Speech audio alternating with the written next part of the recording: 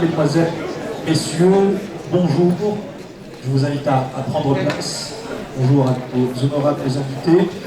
Bienvenue à tous à cette deuxième conférence internationale sur l'économie économique organisée par l'Observatoire de la francophonie économique de l'Université de Montréal en collaboration avec le Centre interdisciplinaire performance et compétitivité de l'Université Mohamed V de Rabat qui nous accueille. Pendant toute cette journée, il sera question de l'entrepreneuriat, l'insertion professionnelle des jeunes et des femmes d'Afrique francophone. Un sujet, vous l'imaginez, hautement d'actualité au Maroc dans un contexte marqué par la ferme volonté du royaume de favoriser l'entrepreneuriat des jeunes femmes et hommes à travers l'accès au financement des banques tel qu'exigé par Sa Majesté Mohamed VI lors de son dernier discours au Parlement en octobre dernier. L'intégration économique des jeunes et des femmes est donc essentielle en Afrique. Selon l'ONU, quelques chiffres, le continent dispose de la population la plus jeune au monde, plus de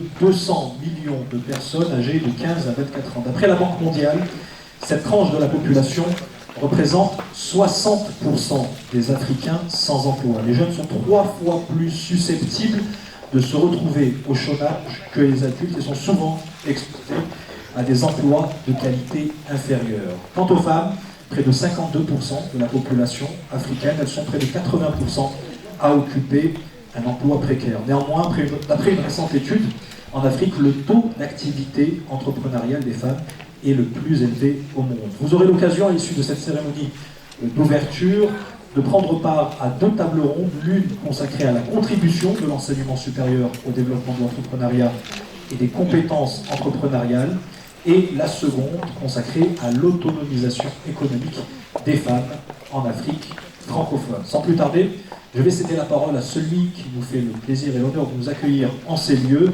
Monsieur Mohamed Rachid, président de l'Université Mohamed V de Rabat, sous vos applaudissements.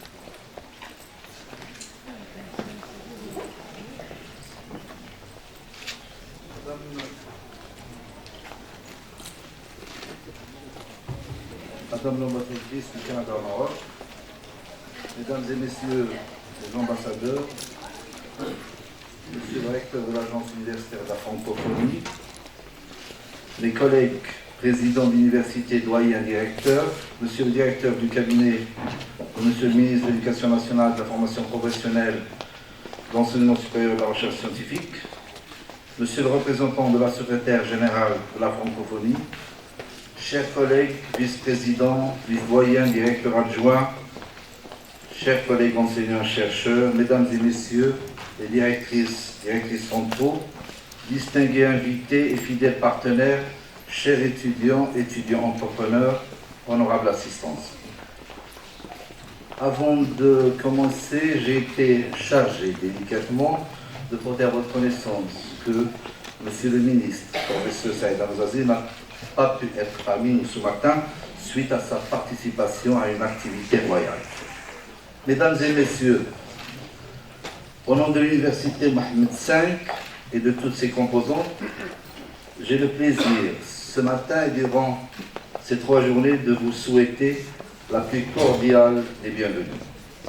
L'université, à travers son centre interdisciplinaire de recherche sur la performance et la compétitivité, est particulièrement honorée de collaborer avec l'Université de Montréal et son observatoire de la francophonie économique pour l'organisation de cette manifestation de grande envergure dont la thématique occupe au niveau mondial et régional une place centrale et de choix.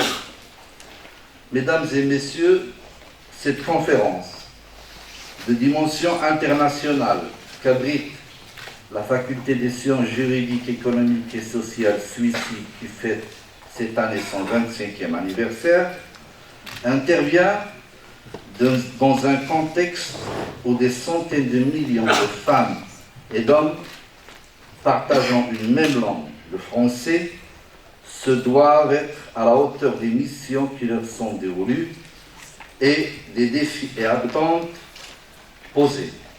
Mesdames et messieurs, Comme nous le savons tous, le continent africain, et plus particulièrement l'Afrique francophone, ont connu une croissance économique vigoureuse au cours des dernières années et les perspectives de croissance à moyen terme demeurent positives malgré la tourmente qui s'est abattue sur l'économie mondiale ces dernières décennies. L'intégration économique des jeunes et des femmes est donc désormais essentielle en Afrique francophone, entre autres en vue d'y assurer un développement économique équilibré et une croissance durable. Mesdames et messieurs, le Maroc, de par sa forte présence dans de nombreux secteurs économiques en Afrique, a un rôle important à jouer pour le développement du continent. Cette présence, qui ne cesse de se renforcer, confère au Royaume une place de choix dans les efforts visant à densifier les relations économiques à l'échelle du continent, en mettant l'accent sur la nécessité d'adopter une approche genre valorisante et d'accélérer le développement pour soutenir une croissance économique inclusive et génératrice d'emplois.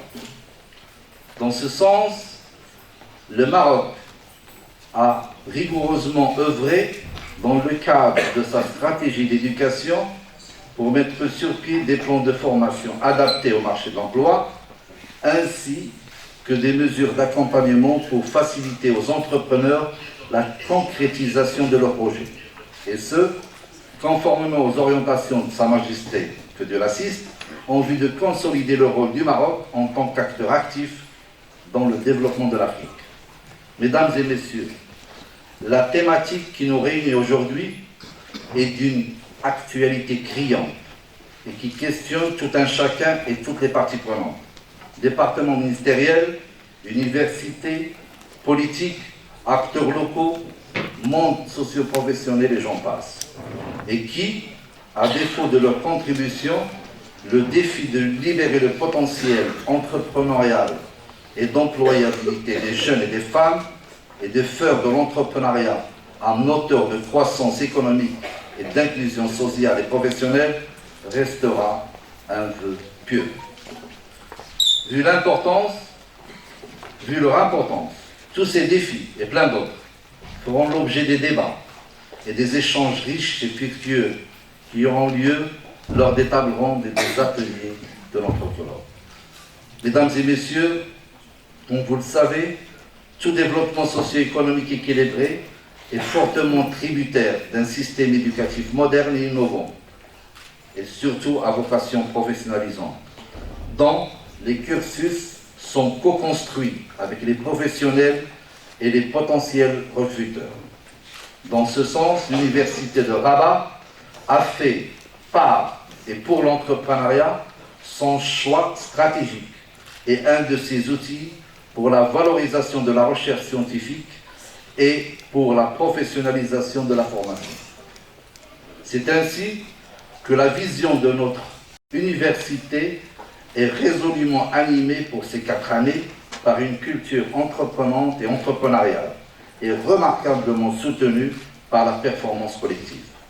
En plus, cette formation par et pour l'entrepreneuriat constitue depuis plus d'une décennie un levier majeur d'amélioration de nos rendements internes et externes, permettant à nos jeunes non seulement le développement de leur culture et leur esprit entrepreneurial, mais aussi leur autonomisation et leur insertion facile dans la vie active.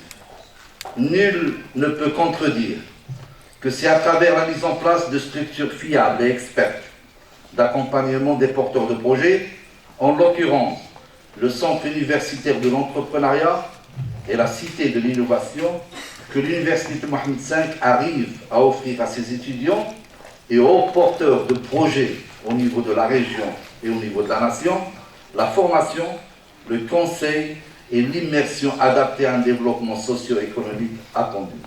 Et ce, par la dynamique entrepreneuriale, délicatement et formellement institutionnalisée par arrêt du tant attendu statut national de l'étudiant entrepreneur. Ce statut qui a permis à tout étudiant universitaire qui le souhaite devenir étudiant entrepreneur et de bénéficier du soutien et de l'accompagnement nécessaires pour formaliser son projet. Par ailleurs, la cause féminine constitue également la clé de voûte de la stratégie de développement de votre université et qui a aussi spécialement l'honneur d'accueillir la chaire académique pour la femme et l'enfant, et qui œuvre sous l'égide de son Altesse royale en vue d'améliorer les conditions de la femme et de l'enfant et de la consécration de leurs droits légitimes. D'ailleurs, et pour ne citer qu'une dernière action entreprise, le projet régional de formation et d'accompagnement par l'université avec ses partenaires de plus d'une centaine de lauréats de l'université en situation de précarité pour la création de leur entreprise confirme notre conviction et les études scientifiques à mener par la chaire assureront au projet une modélisation scientifique qui permettra et la généralisation au niveau national et régional. Honorable assistance, pour clore mon allocution de bienvenue et laisser la parole, j'adresse mes sincères remerciements au nom de toutes les composantes de l'Université de Rabat, à tous les partenaires ayant contribué à la réalisation de cet événement, ainsi qu'aux responsables du projet Compétences pour l'emploi au sein de la francophonie pour leur appui à l'organisation de cette conférence. Je remercie également l'ensemble des spécialistes marocains et non marocains ayant bien voulu contribuer aux travaux de cette conférence. Mes remerciements s'adressent également à l'ensemble des membres des comités scientifiques et d'organisation pour les efforts considérables qu'ils ont déployés pour nous permettre d'être ensemble aujourd'hui afin de vivre cet événement scientifique de renom, et plus spécialement les professeurs Brahim Boudarbat et Omar Knish, respectivement directeurs de l'Observatoire de la francophonie économique et directeurs du Centre interdisciplinaire de recherche sur la performance et la compétitivité. Sans oublier de remercier vivement toute personne ayant contribué de près ou de loin à l'organisation de cette manifestation scientifique internationale. Nos souhaits, tous nos souhaits, à ce que cette conférence internationale soit l'occasion pour agrandir et étoffer notre réseautage et de débattre des stratégies clairvoyantes permettant de définir des voies de développement inclusif et innovantes dans le cadre de la visée de bâtir l'Afrique de demain, valorisant son capital humain et offrant les meilleures perspectives pour contribuer à son développement et à son essor. Bienvenue au Maroc, bienvenue à Rabat et bienvenue à l'Université Mohamed V. Merci. Merci beaucoup, Monsieur Mohamed Rachid, président de l'Université Mohamed V de Rabat. On l'a compris à travers votre allocution à quel point le rôle de l'université est important dans l'insertion professionnelle et dans la promotion de l'entrepreneuriat. Un rôle qui est d'autant plus accru à la lumière du partenariat que vous avez réussi à créer avec l'Université de Montréal. Et à ce titre, je vous demande d'accueillir comme il se doit M. Clément Duhaime, conseiller stratégique et représentant du recteur de l'Université de Montréal. Sous vos applaudissements.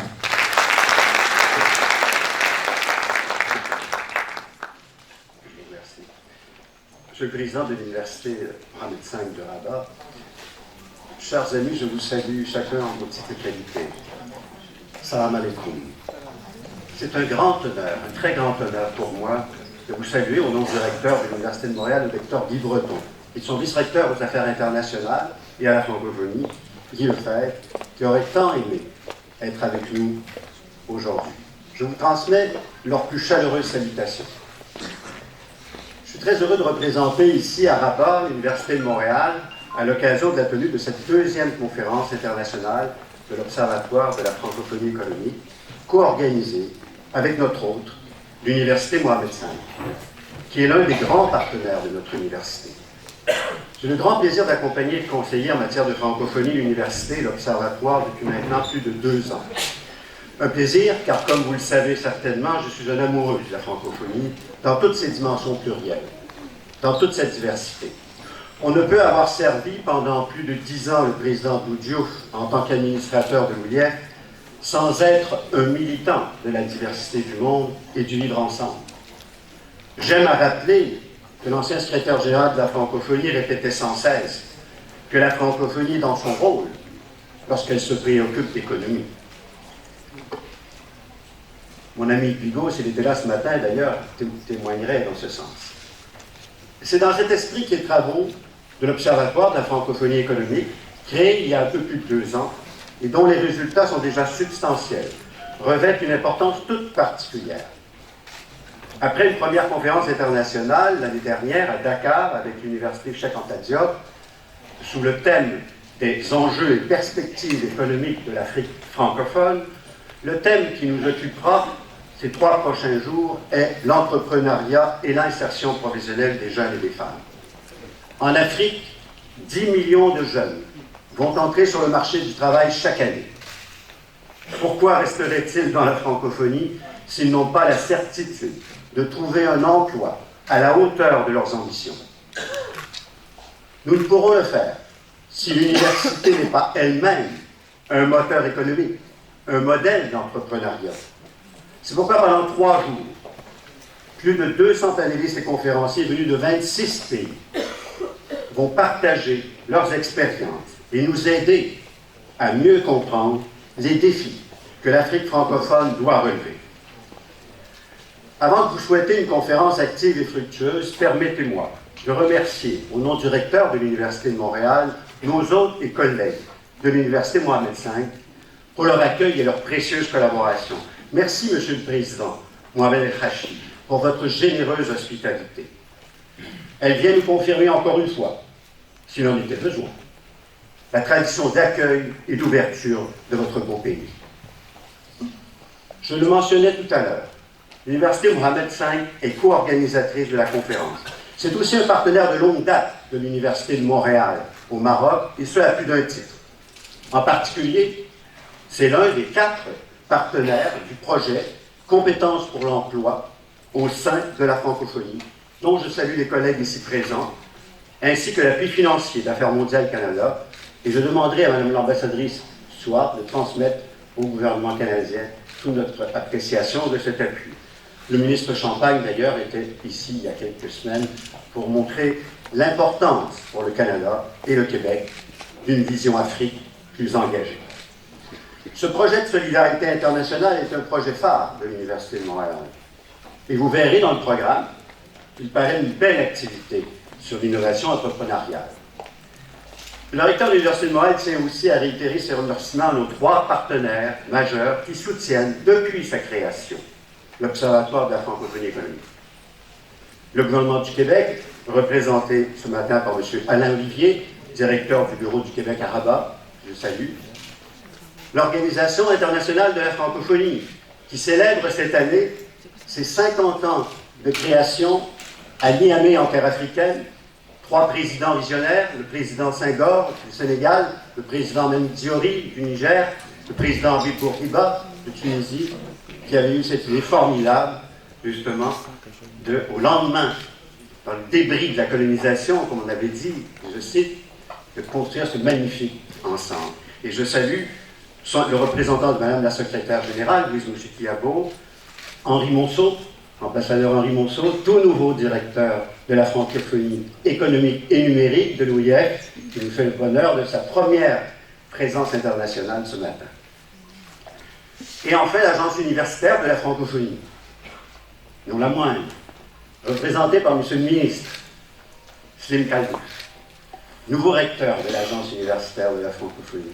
On se réjouit justement d'accueillir le nouveau recteur et qu'il soit lui aussi à cette conférence ce matin, qu'il ait pris la peine de quitter Montréal comme nous, à -20, pour être ici dans ce beau pays. Enfin, je tiens à remercier tout particulièrement le dynamique directeur de l'Observatoire de la francophonie économique, le professeur Brahim Boudarba. Ces grandes réalisations ont un laps court. Allez sur le site internet, vous verrez justement l'offre de cet observatoire qui est à votre service. Je tiens enfin à remercier son collègue, le vice-président, Oumar Niche, et tous les membres du comité d'organisation. Vous le constaterez depuis 1 an déjà. Il travaille à préparer cette conférence pour nous accueillir et pour le succès de cette conférence. Je remercie enfin tous nos partenaires. Ils étaient 5 à Dakar l'année dernière, ils sont 23 cette année. Je les remercie tout particulièrement. Mesdames, Messieurs, Monsieur le Président de l'Université, au nom du recteur de l'Université de Montréal, je vous souhaite à toutes et à tous une excellente conférence. Je vous remercie de votre attention. Merci beaucoup, M. Clément Guilhem. Alors vos propos chaleureux, au propre comme au figuré, témoignent de l'engagement du Québec, mais aussi de l'ensemble du Canada en faveur de cette thématique de l'insertion économique des femmes et des jeunes hommes dans le tissu socio-économique sur le continent, comme en témoigne d'ailleurs la présence de son Excellence, Madame l'ambassadrice du Canada au Maroc, Madame Nell Stewart. Je vous cède la parole.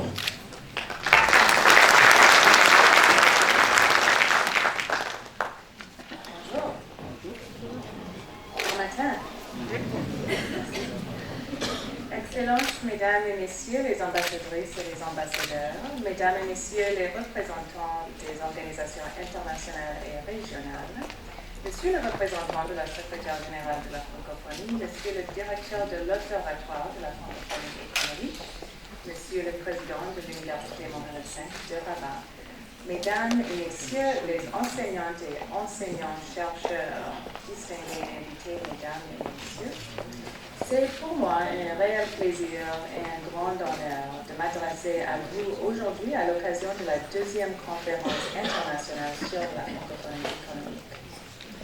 Permettez-moi tout d'abord de remercier les organisateurs de cette conférence, l'Observatoire de la francophonie économique de l'Université de Montréal et le Centre interdisciplinaire de recherche en performance et compétitivité de l'Université Montréal 5 de Rabat.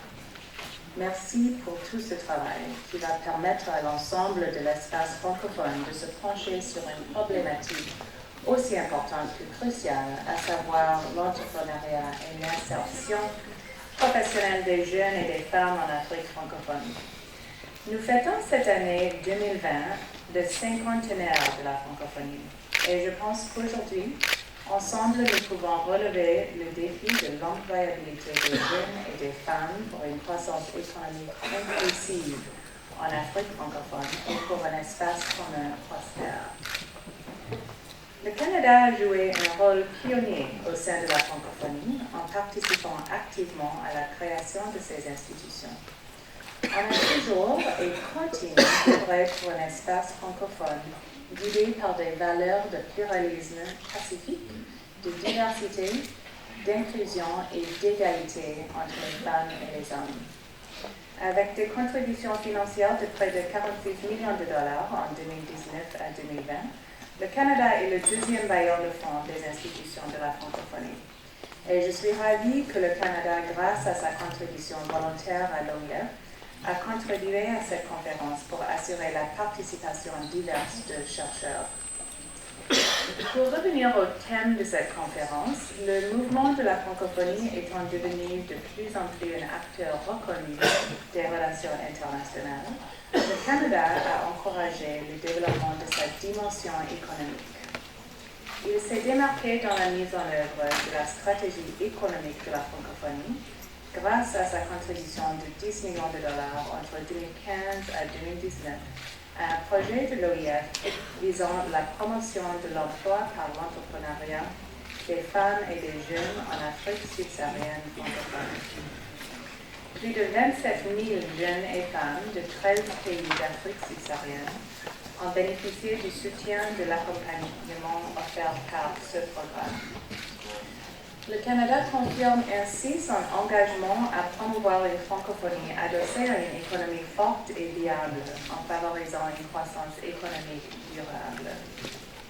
Par ailleurs, grâce à un financement du programme canadien des bourses de la francophonie, l'Université d'Ottawa, en partenariat avec l'Agence universitaire de la francophonie, a accueilli entre août 2019 et février 2020 9 cadres universitaires de la Côte d'Ivoire, du Sénégal, du Vietnam, du Burkina Faso et de la République démocratique du Congo dans le cadre d'un programme de stage de recherche et de formation en gouvernance universitaire.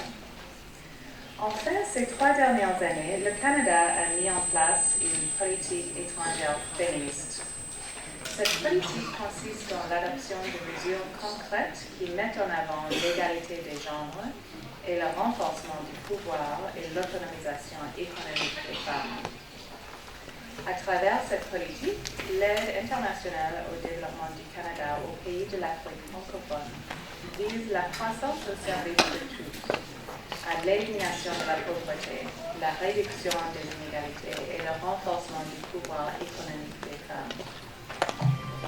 Dans le cadre d'une initiative du Canada de 30 millions de dollars visant à renforcer les compétences pour l'emploi au sein de la francophonie, le Canada appuie financièrement un projet de 4 millions de dollars de l'Université de Montréal visant à renforcer les compétences pour l'emploi des jeunes diplômés des universités Qadi Ayad de Marrakech et Mohamed V de Rabat, qui nous accueillent évidemment dans ces murs aujourd'hui.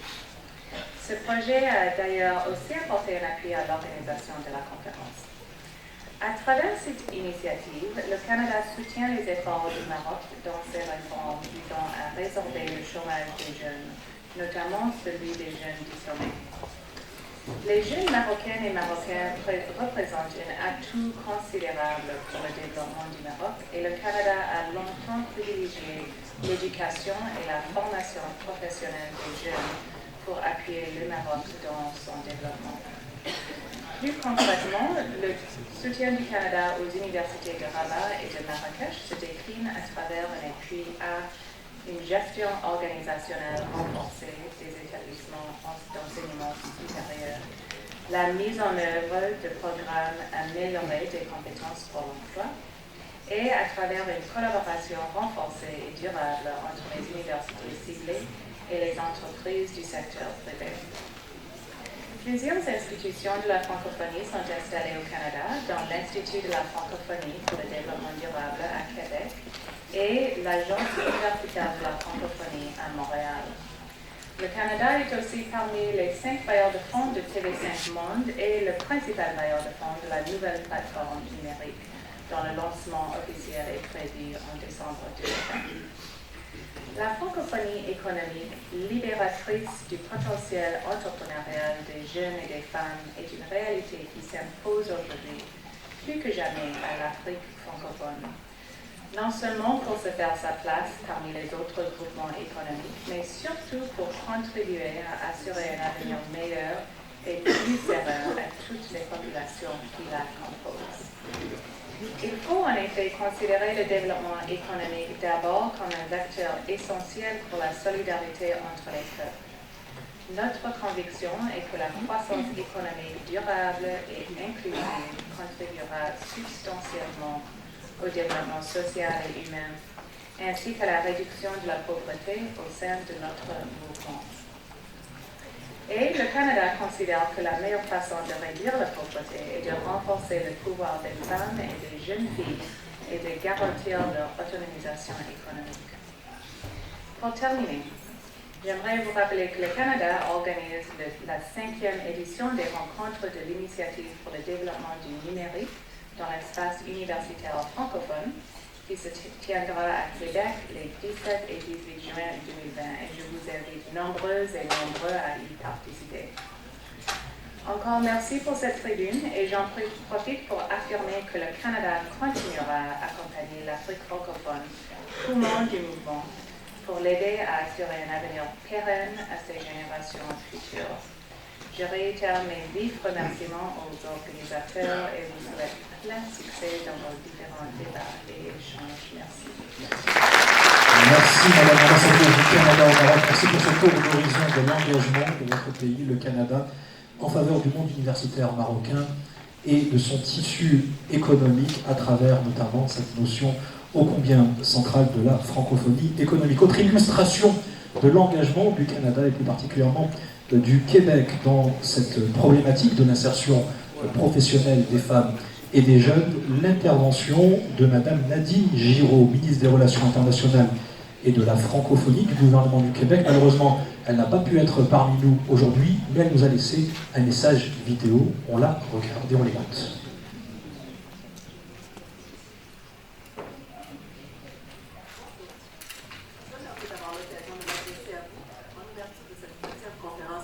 De la francophonie économique. Je me réjouis du même souffle que cette conférence se déroule dans une ville où le Québec a choisi d'établir l'une de ses représentations pour renforcer ses liens avec l'Afrique.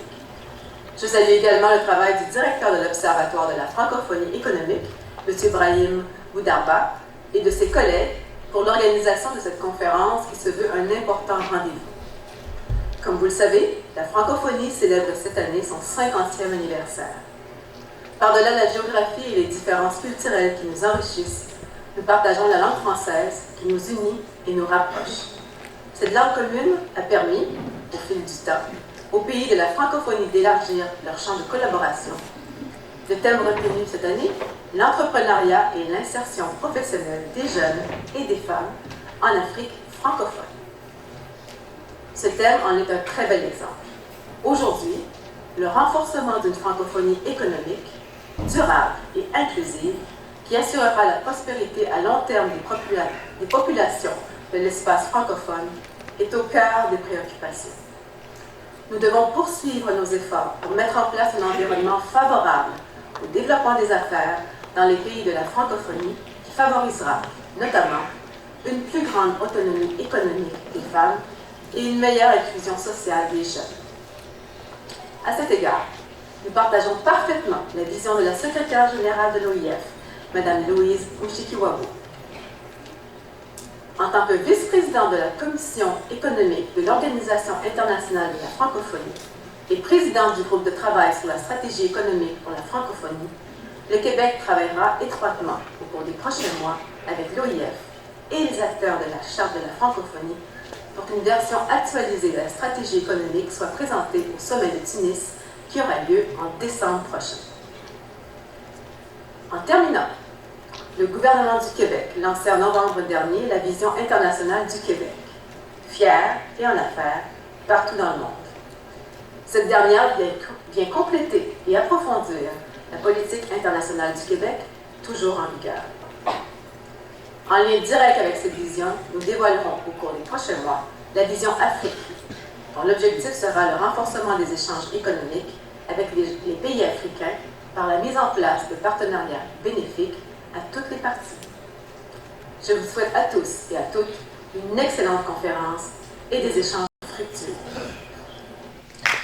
Voilà pour cette intervention de Mme Nadine Géraud, ministre des Relations internationales et de la francophonie du gouvernement du Québec. Alors on comprend bien que cet enjeu de l'insertion professionnelle des jeunes et des femmes passe effectivement par de la coopération internationale, par un vecteur essentiel qui est le vecteur de la langue, le français, comme vous allez le comprendre et l'entendre à travers l'intervention de M.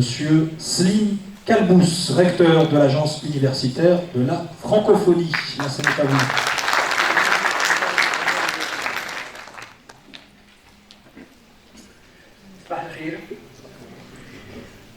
Particulièrement heureux d'être parmi vous ce matin, de revenir au Maroc. C'est toujours très agréable, mais sur une autre casquette.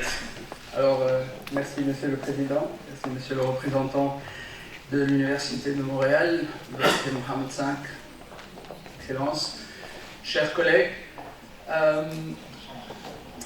L'AUF est partenaire des organisateurs de ce grand colloque. L'Observatoire est un partenaire important. Les deux grandes universités qui l'organisent sont des membres de l'AUF, des membres importants. L'AUF, en deux mots pour ceux qui ne la connaissent pas, est l'opérateur expert des sciences, du savoir et de la recherche de la francophonie. C'est le plus grand réseau d'universités au monde, avec près de 1000 membres à peu près, d'universités et de centres de recherche répartis sur à peu près 118 pays. Un réseau très important, mais qui aujourd'hui se trouve au centre de préoccupation et des changements dans le monde. Effectivement, le sujet de cette conférence est particulièrement important, particulièrement d'actualité, la francophonie économique et l'entrepreneuriat. Alors pour réussir cette actualité, il y a un certain nombre de conditions. D'abord, probablement une nouvelle conception de la francophonie qui doit nous unir. Ensuite, peut-être un développement aussi différent de la notion d'entrepreneuriat. Une nouvelle francophonie, cela veut dire quoi? Cela veut dire d'abord de réfléchir ce qui peut nous unir. La francophonie, pendant des années, a été plus conçue comme un espace plutôt culturel, uni par une langue commune, mais qui n'a pas pu vraiment se détacher de l'histoire. Une histoire qui n'a pas toujours été très agréable pour certains. Et donc il est temps de changer cette conception et de considérer que l'espace francophone aujourd'hui, au XXIe siècle, est un espace politico-économique d'intérêt commun. Il est très important d'avoir cette conception. Toutes les études aujourd'hui montrent que dans les 15-20 prochaines années, les grands événements vont se passer dans le monde francophone. Le développement démographique est l'un des plus importants dans ce monde francophone pour les prochaines années, notamment en Afrique subsaharienne, mais pas seulement. Mais aussi, tout ce qui est indicateur de développement économique montre qu'il va y avoir une dynamique extraordinaire sur les prochaines années dans ce monde, cet espace francophone. Donc, il faut qu'on soit dans cette nouvelle conception, mais une nouvelle conception aussi qui a l'intelligence de prendre en considération la diversité culturelle.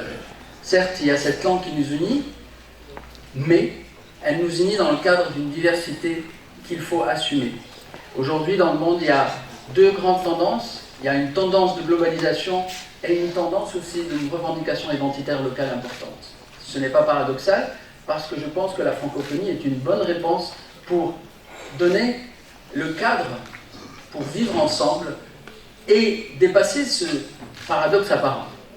De plus en plus d'organisations à l'international, de plus en plus de rapprochements par Internet, par le satellite, par un tas d'événements aujourd'hui et de moyens qui permettent la globalisation de vivre, de se développer, mais en même temps, on le voit partout dans le monde, un ancrage régional, national, local, de plus en plus important. La francophonie peut être cette bonne réponse pour harmoniser les deux. Enfin, la francophonie n'est pas contre les autres langues, mais elle apporte quelque chose qui accompagne les autres langues. Nous sommes aujourd'hui dans un monde plurilingue, il faut l'assumer, c'est quelque chose de bien. Souvent, on a conçu le développement de la francophonie comme si c'était une lutte contre une autre langue ou d'autres langues. Et je pense que cette conception n'est pas la bonne. Il faut encourager les jeunes à connaître plusieurs langues, mais notre rôle, nous, dans l'espace francophone, c'est de montrer les avantages de cette langue française qui nous unit. Souvent, quand on regarde aujourd'hui les jeunes, on les interroge, et nous, à l'université, on a un contact permanent avec ces étudiants, ils pensent, en partie à juste titre, et en grande partie, une idée à développer, à changer, qu'ils ne peuvent faire une carrière internationale, une carrière professionnelle intéressante, que s'ils font l'anglais, et qu'ils font une carrière, et c'est pour faire une carrière multinationale, il faudrait avoir un diplôme d'une université francophone. C'est aujourd'hui une perception et une idée qui est très très populaire chez les jeunes, et notamment les jeunes étudiants dans les pays francophones. Notre rôle donc est de montrer que ce n'est pas toujours vrai, et qu'on peut faire une université francophone et faire une super carrière professionnelle derrière. On peut faire une université francophone et réussir sa vie professionnelle en étant un grand cadre, en étant un homme politique, en étant un homme d'affaires ou toute autre aspiration que les jeunes peuvent avoir.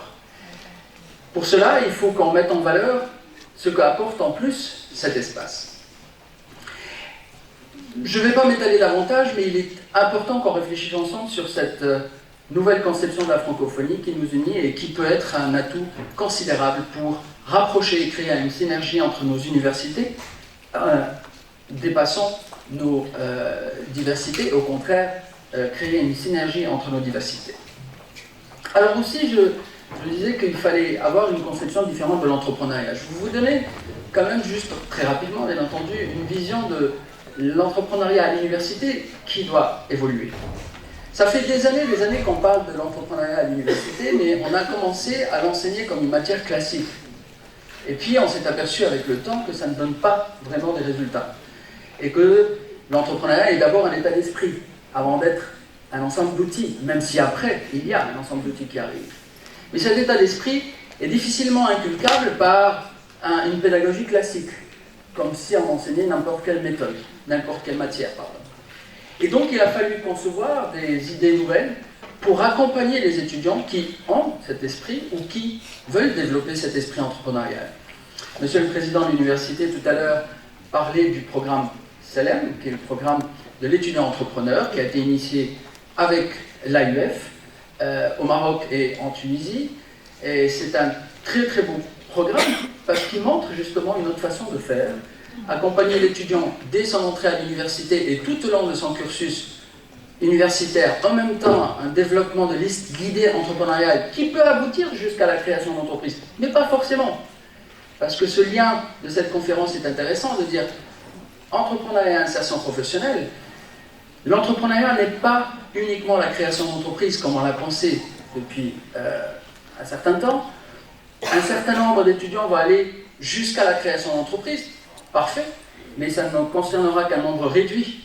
Mais l'essentiel, c'est d'abord cet état d'esprit de curiosité, d'innovation, de sens critique, d'organisation. C'est ça, d'abord et avant tout, l'entrepreneuriat. Et donc, forcément, ce sont des outils, des compétences complémentaires que l'étudiant va acquérir pour améliorer et augmenter son taux d'employabilité ou sa capacité à être inséré professionnellement. C'est ça l'objectif principal. Alors, à l'université, il faut l'enseigner autrement, donc il faut de l'innovation pédagogique. L'étudiant entrepreneur en est un exemple, mais pas que. Il y a d'autres méthodes aussi d'innovation et je pense que ça va être débattu. J'ai vu le programme, c'est dans le programme de ces 3 jours de débat. Mais également, c'est une question de pratique. Il faut, dans les instances universitaires, donner l'espace à l'étudiant pour pouvoir pratiquer. L'activité associative, par exemple, en est un exemple parfait. Parce qu'il y a des choses qu'on ne peut pas enseigner en classe, mais qui ne peuvent être enseignées que par la pratique, en organisant des événements, en pratiquant les choses sur le terrain. La collaboration entre étudiants de formations différentes sur un projet commun, par exemple, on peut l'enseigner plusieurs fois, mais il n'y a pas mieux que la pratique, et d'avoir des ingénieurs, des managers qui sont ensemble sur un projet pour l'organiser, de se répartir des tâches, de se parler le même langage. Tout ça, c'est de la pratique entrepreneuriale, qui peut passer par l'activité associative ou par les programmes d'incubation. Le programme d'incubation, c'est peut-être aussi le 3e élément du changement entrepreneurial à l'université, qui est l'ouverture à l'écosystème. Évidemment, une université qui apprend l'entrepreneuriat mais qui soit renfermée sur elle-même ne peut pas aller très loin. Et donc, innovation pédagogique, activité pratique et ouverture sur l'environnement par l'invitation de l'écosystème à l'intérieur de l'université et donner l'opportunité aux étudiants d'aller vers cet environnement qui les attend. Et cela leur prépare évidemment à la sortie à l'université pour qu'il n'y ait pas ce choc de différence notable dans le langage, dans le vocabulaire, dans la façon de penser entre le monde économique et le monde universitaire dans lequel ils étaient. Parce que le monde universitaire peut parfois être un cocon qui ne prépare pas convenablement à cette insertion professionnelle qui est assez dure par moment. Et donc la préparation est absolument nécessaire. Je finirai juste par dire que le thème insère aussi, ou parle plus particulièrement de l'insertion des jeunes, j'en parlais, et des femmes. Je pense que l'entrepreneuriat, c'est d'abord un état d'esprit sociétal. Si on l'insère dans la société d'une manière générale, cela facilite les choses parce que ce sont tous les décideurs qui sont convaincus, et l'ensemble de la société. Et à ce moment-là, l'insertion des minorités, entre guillemets, qui peut se faire par des quotas ou par des approches de discrimination positive, peut venir s'ajouter en deuxième lieu. Mais on ne peut pas concevoir l'entrepreneuriat pour un certain nombre de catégories particulières sans en avoir une conception globale qui soit intégrée dans la société et à travers les instances de la société. Donc voilà, je pense que le sujet est vraiment, vraiment d'actualité, que le monde francophone peut donner de très belles réponses à des problèmes de société aujourd'hui qui sont tout à fait identifiables au niveau monde, mais que l'espace francophone peut être différent des autres, avec des réponses particulièrement adaptées. Voilà. Alors, bons travaux et merci pour votre écoute. Merci, professeur Simon, directeur de l'Agence universitaire de la francophonie. Repenser l'espace francophone, disiez-vous, un défi de taille dans le contexte international, défi auquel est confrontée l'Organisation internationale de la francophonie. Je vous propose d'écouter à ce propos Monsieur Henri Monceau, représentant de la secrétaire générale de la francophonie.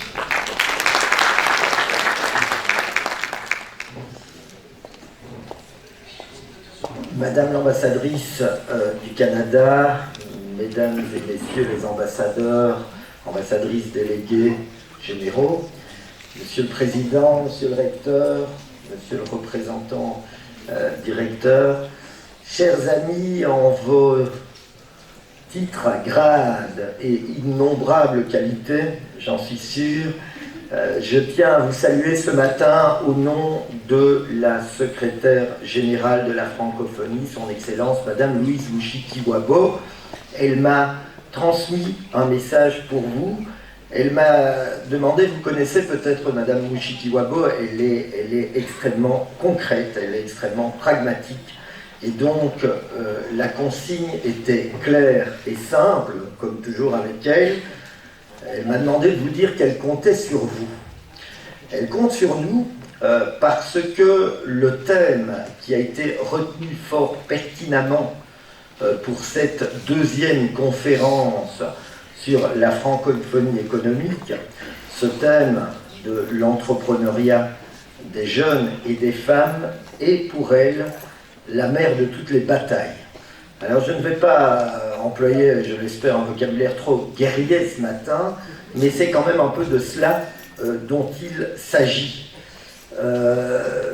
Monsieur l'administrateur honoraire, cher Clément, vous avez rappelé plutôt les origines de la francophonie.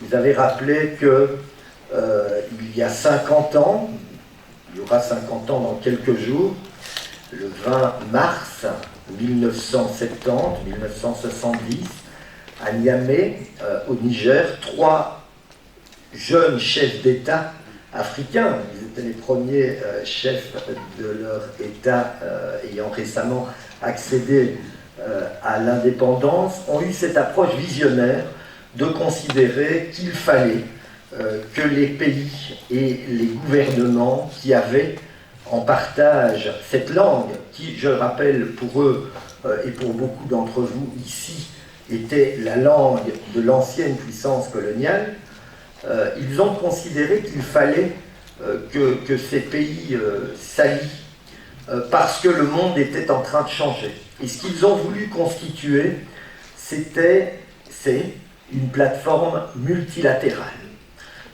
Une plateforme qui donnait une assise dans ce monde global qui était en train d'advenir.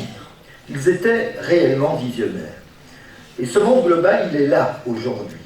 Imaginez que nous tenions ce rassemblement il y a 49 ans, à l'aube de la francophonie, sur le même thème. Probablement d'ailleurs, n'aurions-nous pas appelé les choses de la même manière, entrepreneuriat ou politique industrielle, je ne sais pas, des jeunes, des femmes, bon, on peut revoir évidemment les choses rétrospectivement. Nous aurions parlé certainement de plans quinquennaux, décennaux. Nous aurions tenté d'imaginer les choses en termes d'adéquation, formation, emploi. Aujourd'hui, la réalité est différente. Elle est différente parce qu'évidemment, cette globalisation, cette mondialisation qui s'annonçait il y a 50 ans, qui était en train de se construire, elle a connu une formidable phase d'accélération du fait du surgissement du numérique. Là où, il y a 50 ans, l'innovation se construisait sur la base d'une séquence recherche fondamentale, recherche appliquée, prototypage, banc d'essai, mise sur le marché progressivement, c'est-à-dire une séquence qui pouvait prendre 15 ans, 20 ans parfois. Aujourd'hui, grâce à ces outils numériques que nous utilisons au quotidien, grâce à ces trilliards, et encore, là je reste dans une échelle d'approximation qui est faible, mais de données qui sont exploitées en permanence, l'innovation a acquis une dimension tout à fait différente. Elle est extrêmement rapide, elle se fait, et j'aime beaucoup que l'un de nos hôtes aujourd'hui ait choisi dans son titre le mot pluridisciplinaire. Elle se fait en effet en sortant des silos, en regardant ce qui se passe dans toute une série de domaines, dans une approche transversale. Elle se fait à travers du prototypage rapide et en quelques mois, il est souvent possible de faire évoluer des idées. Alors évidemment, je vous rassure tout de suite, Monsieur le Président, Monsieur le Recteur, Mesdames et Messieurs les professeurs et chercheurs ici, ça ne met pas en question la recherche fondamentale, mais ça lui donne une dimension tout à fait différente. Et en effet, l'entrepreneuriat, au sens large, est bien devenu le véhicule, le noyau, la molécule à travers laquelle notre monde évolue, de toutes les façons. On parle aussi parfois d'intrapreneuriat, parce qu'en effet, il ne faut pas limiter l'entrepreneuriat à l'entreprise classique, commerciale. Elle peut, cette approche, cet état d'esprit, disait Monsieur le Recteur, cet entrepreneuriat, donc, est devenu une question fondamentale. La mère de toutes les batailles, disais-je, parce que c'est comme ça que nous allons pouvoir adresser les défis, rencontrer les défis qui se posent à notre monde globalisé. Des défis qui sont énormes, puisque ce développement nous a aussi permis de voir à quel point les voies qui avaient été empruntées sont créatrices de prédation pour nous-mêmes. Le réchauffement climatique, par exemple, est évidemment une question qui est cardinale et qui va dicter bien des approches, bien des réponses que nous devrons donner dans la façon d'agir à l'avenir. Mais ces défis doivent trouver des réponses. Et le lieu où ils peuvent les trouver, sans doute, probablement, c'est ici en Afrique. Parce que si le défi lui-même de l'entrepreneuriat pour les jeunes et les femmes est considérable, je rappelle que l'âge médian sur le continent africain est de 19,6 ans, donc la moitié de la population du continent africain a moins de 19 ans et demi. Si nous nous intéressons à certaines zones francophones, je pense par exemple au Sahel, à toute la région du Sahel, cet âge médian descend à 15 ans et demi à peu près. Des pays comme le Mali, le Niger, il y a probablement des représentants de ces pays ici aujourd'hui, le Tchad, compte jusqu'à 80% de leur population qui a moins de 35 ans. Donc, c'est vrai que c'est un défi en termes d'accès à l'éducation, d'accès à l'activité, mais en même temps, c'est une ressource énorme. Ce que l'on constate aujourd'hui, c'est que, par exemple, l'âge moyen des entrepreneurs en Afrique est de 31 ans. C'est de loin l'âge le plus jeune du monde entier, hein, puisque en Asie, par exemple, souvent l'élément qui est pointé, en Asie, il est de 36 ans. L'Afrique, ça a été dit au début de nos échanges ce matin, l'Afrique est aussi le continent où les femmes créent le plus d'entreprises, sont le plus présentes dans l'entrepreneuriat. Et l'Afrique est aussi un continent qui a un regard totalement neuf sur bien des pratiques, et notamment sur celles héritées de cet âge industriel que j'ai évoqué plus tôt. Pour toutes ces raisons-là, nous avons évidemment beaucoup d'espoir dans le fait que la francophonie, que l'Organisation internationale de la francophonie, avec ses partenaires, les autres acteurs de la charte, l'Agence universitaire de la francophonie, l'Assemblée parlementaire de la francophonie, dont le rôle est essentiel par rapport aux enjeux liés notamment à la réglementation, l'Association internationale des maires francophones, qui réfléchit à la ville intelligente, à la ville active, qui va au-delà d'ailleurs de la réflexion, qui met en place beaucoup de projets. Le pôle média à travers TV5 Monde notamment, l'université Sangor à Alexandrie, tous ces acteurs aujourd'hui se mobilisent sous la responsabilité, sous la vision de Madame Mushikiwabo, pour apporter des solutions concrètes, pratiques, pragmatiques à ces multiples questions. Dans ce combat, j'espérais ne pas être trop guerrier, mais dans ce combat, parce que néanmoins c'en étant, le travail du monde scientifique est fondamental. Et je voudrais très sincèrement remercier et saluer les efforts importants qui sont menés par l'Observatoire de la francophonie économique, sous la responsabilité du professeur Oudarba, parce que, en effet, en 2 ans déjà, un grand nombre de données ont été exploitées, ont été identifiées, un grand nombre de réflexions théoriques, mais aussi de recommandations concrètes ont vu le jour, et nous voulons vraiment pouvoir compter dans les mois et les années qui viennent dans la mise en œuvre de cette stratégie économique, mais aussi de la stratégie numérique que les représentants des États et gouvernements membres de la francophonie commencent à évaluer pour la transformer pour les années à venir. Nous voulons pouvoir compter sur l'Observatoire et sur l'ensemble de la communauté académique et scientifique de l'espace francophone.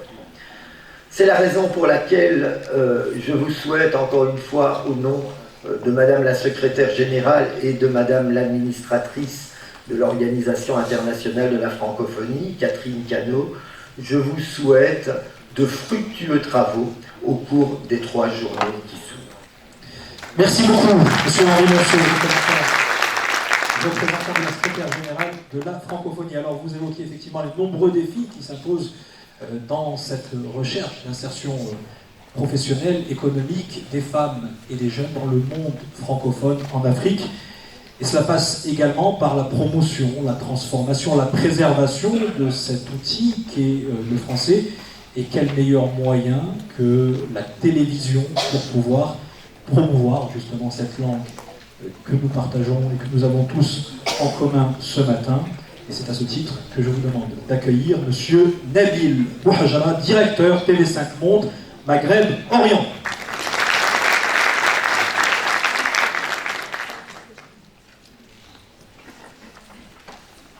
Mesdames, Messieurs, Excellences, Monsieur le Président, Yves Bigot, qui devait être là aujourd'hui, directeur général de TV5 Monde, n'a pas pu être parmi nous, du coup il s'excuse très sincèrement et m'a chargé de le représenter ici aujourd'hui au Maroc à cette 2e conférence sur la francophonie économique. Je tenais tout particulièrement à remercier M. le Président Philippe Raché pour son invitation, les organisateurs, M. Barry Boudarbat et Omar Hnish, et ainsi que toutes les organisatrices de cet événement. TV5 Monde n'est pas juste une chaîne de télévision, c'est un acteur majeur de la francophonie, distribué auprès de 364 millions de foyers dans le monde, avec une audience hebdomadaire moyenne de 60 millions de téléspectateurs dans le monde. 8 chaînes généralistes, dont avec 2 thématiques, soit 10 chaînes. Les 2 thématiques sont TV5 Monde, une chaîne jeunesse, et TV5 Monde Style, dédiée à l'art de vivre, à la française, à la gastronomie, au patrimoine, tout ce qui fait de la francophonie aujourd'hui sa puissance et sa force. L'ADN de TV5 Monde est de pouvoir diffuser en français. Néanmoins, elle dispose de 13 langues de sous-titrage, dont l'arabe pour la région Maghreb-Orient dont je m'occupe. Maghreb-Orient, TV5 Monde est la première chaîne ici francophone au Maroc en termes d'audience. Nous sommes la première chaîne également en Algérie et en Tunisie. Je vais être très court et très bref, parce que je ne veux pas vous retarder. TV5 Monde, c'est aussi un formidable outil d'apprentissage du français, avec pour la première fois cette chaîne de télévision qui propose une application sur l'apprentissage du français. D'ailleurs, c'est ce qui justifie aujourd'hui notre présence. Nous allons, dans le cadre de la conférence, lancer officiellement la nouvelle application Apprendre le français TV5 Monde. Et je vais être très bref et je vous remercie encore une fois à toutes et à tous et bonne conférence. Merci, monsieur le directeur TV5 Monde en Orient. Vous l'évoquiez effectivement, cet outil fabuleux, puisqu'on parlait de la révolution numérique qui a complètement bouleversé l'univers qui nous entoure et donc les enjeux liés à la promotion et au développement de la francophonie, apprendre le français avec TV5 Monde. Vous allez en avoir un aperçu plus détaillé tout au long de la journée, mais pour en avoir un premier avant-goût, je vous demande d'accueillir Madame Evelyne Paquier, directrice adjointe en charge de la promotion et de l'enseignement du français, sous vos applaudissements. Bonjour à toutes et à tous. Alors, une rapide présentation en effet de ce qui s'appelle le dispositif pédagogique Apprendre et enseigner le français avec TV5 Monde. Pour faire un lien avec ce forum, je pense que parmi les compétences pour l'emploi figure une bonne maîtrise de la langue, une bonne maîtrise en fait de la compétence langagière et donc de cette langue qui va permettre de communiquer dans un contexte professionnel, qu'il soit formel ou informel. Par formel, j'entends les réunions de travail, les situations où on travaille en français. L'informel, ce sont ces fameuses discussions de couloir et tout autre entretien au cours desquels se prennent de très nombreuses décisions. Alors TV5 Monde, en tant qu'opérateur de la francophonie et avec un soutien fort de l'Organisation internationale de la francophonie, développe depuis plus de 20 ans maintenant un dispositif pédagogique, Apprendre et enseigner le français avec TV5 Monde. C'est un dispositif numérique, gratuit, qui s'inscrit dans la mission de service public de TV5 Monde, et il est mis à disposition de deux grands publics, que sont d'une part les enseignants de français langue étrangère, d'autre part les apprenants de français. Jusqu'alors, ce dispositif prenait la forme de 2 sites internet. Et comme l'évoquait le directeur marketing Maghreb-Orient de TV5 Monde, il devient aujourd'hui aussi une application pour répondre à de nouveaux usages. L'application est particulièrement adaptée à ce public d'étudiants et aussi de professionnels qui, par leur vie intense au travail, auront assez peu de temps et doivent, ou en tous les cas, consacrent du temps par micro-session à leur apprentissage de la langue, à leur perfectionnement linguistique. Donc je ne vais pas trop détailler le contenu, mais juste pour que vous ayez une idée assez générale.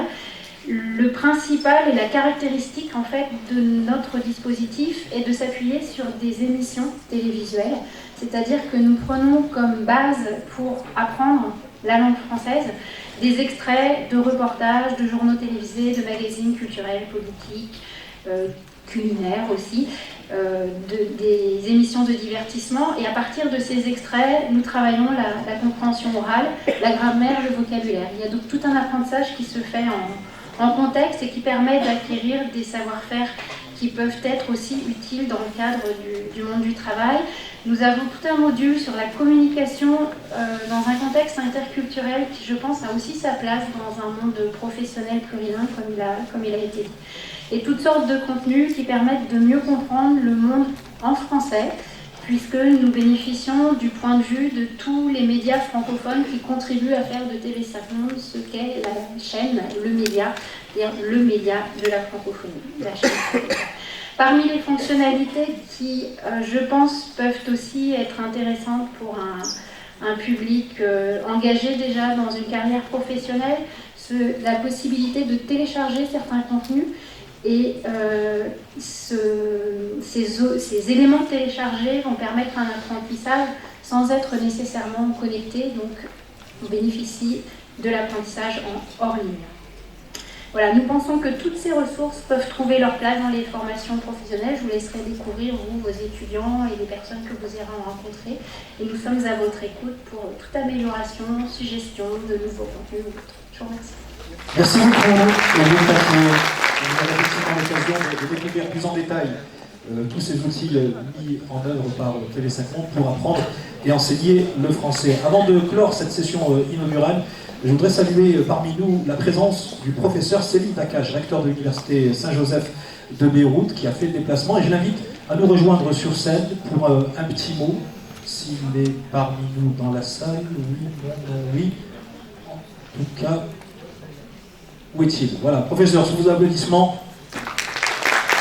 Bienvenue. Professeur Selim Nakache, recteur de l'Université Saint-Joseph de Beyrouth. Un mot peut-être à la tribune pour nous dire à quel point il était important pour vous d'être parmi nous ce matin. Bienvenue. Merci. C'est pas prévu que j'intervienne. Excellence, c'est une joie en fait d'être avec vous. En cette matinée, on parle d'un sujet qui est très important, non seulement disons pour le Maroc et l'Afrique, mais aussi pour le Liban et pour le Proche et Moyen-Orient.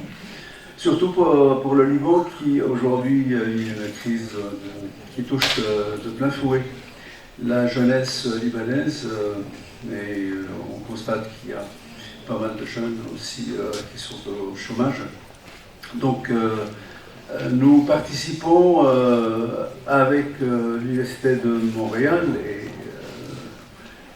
avec son appui bien sûr, et avec l'Université Mohammed V à ce fameux projet sur l'employabilité, sur l'entrepreneuriat, et nous sommes heureux vraiment, disons, de participer et d'être des acteurs justement afin de promouvoir ce projet et aider nos jeunes, disons, à s'insérer professionnellement. Nous donnons vraiment le meilleur de nous-mêmes afin de faire réussir ce projet. Alors, merci beaucoup de votre invitation. Ce n'était pas prévu. Merci beaucoup. Mais vous vous en êtes très bien sorti. Merci infiniment, professeur Selim Nakache, recteur de l'Université Saint-Joseph de Beyrouth. Voilà, dans un instant, après la pause, vous allez pouvoir participer à la table ronde de votre choix. L'une est consacrée, je vous le rappelle, à la contribution de l'enseignement supérieur au développement de l'entrepreneuriat et des compétences entrepreneuriales, et l'autre à l'autonomisation économique des femmes en Afrique francophone. Merci pour votre attention, merci honorable assistance et chers invités. Je vous souhaite bons travaux, très bonne matinée, à bientôt.